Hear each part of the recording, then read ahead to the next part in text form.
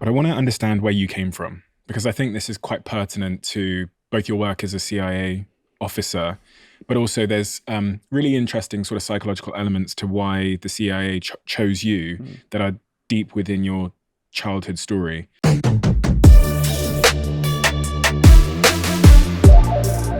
So I thought this was pretty interesting. So this is not about what I'm going to compare it to, like family planning and stuff like that. But I thought this was a really good example about when women are forced to have children they don't actually want, and how it impacts the child in their adult years, even after they become a spouse and a parent, and they understand that relationship, but in a different level because their parent couldn't give them the kind of relationship they can give their children.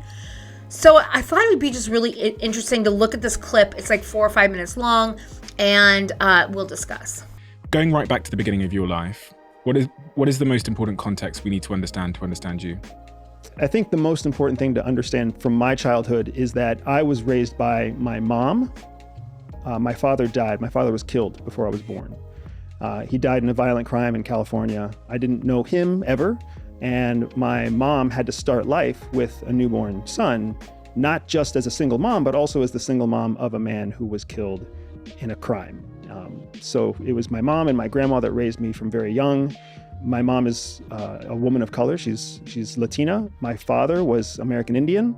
So there was an element of racial diversity in 1980 when I was born that also kind of played a role in all of that. And the reason that that's important is not because of what happened in the past. It's because from that foundation, my mom married a Caucasian man who became my stepdad, who became my adopted father as well. And I had to kind of learn how to come of age, or literally come of age, in a household where I didn't know my father. I had a stepdad who was Caucasian with 2 half-sisters who were Caucasian. And my stepdad's whole goal was to just pull my mom as far away from her roots as possible because he didn't want to deal with all the drama that comes from being part of a Catholic Latin family. And my mom was all for that, but nevertheless, like that was the kind of soup that I came out of. What were the needs that were going unmet in your life at that point? You do not ask easy questions, man. So I did not feel loved. Growing up, I did not feel loved. My mother loved me, and I know logically and rationally that she loved me. But my mother was a cold woman. She was focused on career success. She was focused on feminism. She was focused on other things. I as an adult now, my sisters and I often reflect on the fact that we think our mom was the kind of woman that didn't want to be a mom. But it was expected of her to be a mom, so therefore she became a mom. And this isn't even so much about, not having access to our own body autonomy. It's also goes to the social implications that women are always expected to have children, and not all women want children. Not all women should have children. So this woman should not have had children. And I've met women like this, and I've known their children, or I've known them, they were my peer. And I remember thinking, yeah, you're one of those people that should have never had kids. And there are some of them that have even admitted that. But because of the pressure of society, because of a bunch of other factors, they ended up having that child that they never wanted. And so they end up with these children that know they don't feel loved like your parents should. I'm not sure it's moral to make children go through that.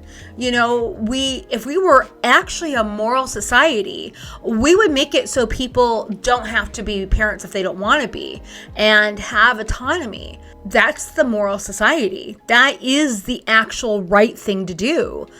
But we don't live in a moral society. We live in a very immoral society where where other people's wants are pushed onto everyone else, which is really unfortunate. So there wasn't a lot of love. There wasn't a lot of emotional support. There was plenty of academic support. And it was always hard because the academic support came, I think, as a way of making sure that they didn't have to provide the other support. Because if you have an academically successful student who turns 18, they can get the fuck out of the house and you can have your life back.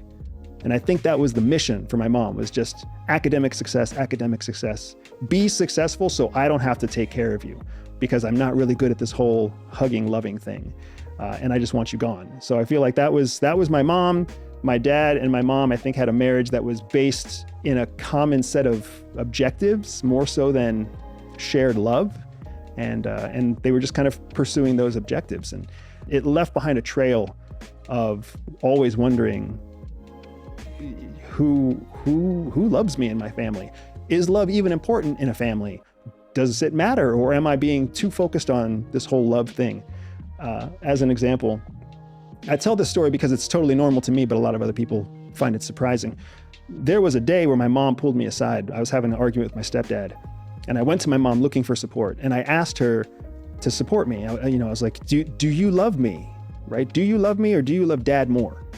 And she looked at me and she was like, of course I love your dad more than I love you, because you're my son. I have to love you.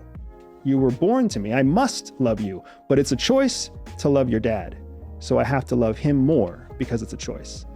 And for me, I will never forget that conversation. I'll never forget the look on my mom's face. It was so simple and so academic and so clear to her. And it's never been something I could ever actually accept. And even now, as a husband and a father myself, I don't understand how that was logically sound to her. I don't know how you could ever actually prioritize who you love. If that was me, that would just feel so wrong. I have to love you, so of course I love your father more. It's like, what? It's really unfortunate that he and his sisters also experienced it. So it wasn't just him. I just find it unfortunate when children have to go through this. I feel like it's an unnecessarily cruel thing to put children through. We need to normalize, if you don't want to have children, that's okay. We need to stop asking women in the workplace. Do you know how many times in the workplace when I was in a traditional job, how many times I was asked, oh, are you and your husband do you have kids? Are you going to have kids? But we need to stop asking women that, and then we need to start normalizing the fact that if a woman doesn't want to have any children, that we're okay with it. That we're not trying to convince her that she's going to regret it. I've been that person before. When I was much younger, I thought that as well. I was like, well, what if you regret it? And you know what? That's okay. If someone regrets something in life, that's life. It just is. We cannot live a life without regret. We just cannot. There will always be some form of regret. People I've talked to that never wanted to have children, guess what they never did? I'm sure there's some out there, but all the ones I've known, and I've actually known quite a few, not one of them have regretted it, and most of them are about my age, and I'm 48. So it's interesting, they were told their entire lives, you're just going to regret it, and they went their entire lives without having children. And they're like, yeah, I don't regret it.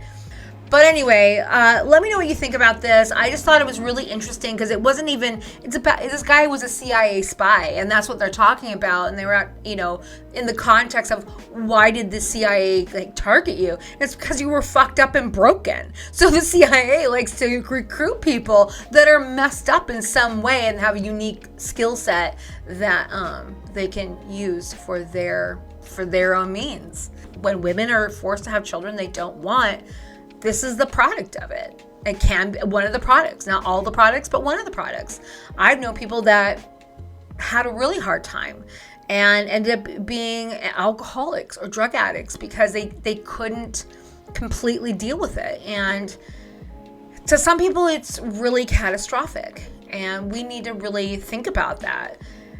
But the thing is, I know the people that are making these laws don't actually give a fuck about children at all. They only care about punishing women and children, which is a bit gross. Anyway, so let me know what you thought. Leave comments down below. Thank you so much. Subscribe.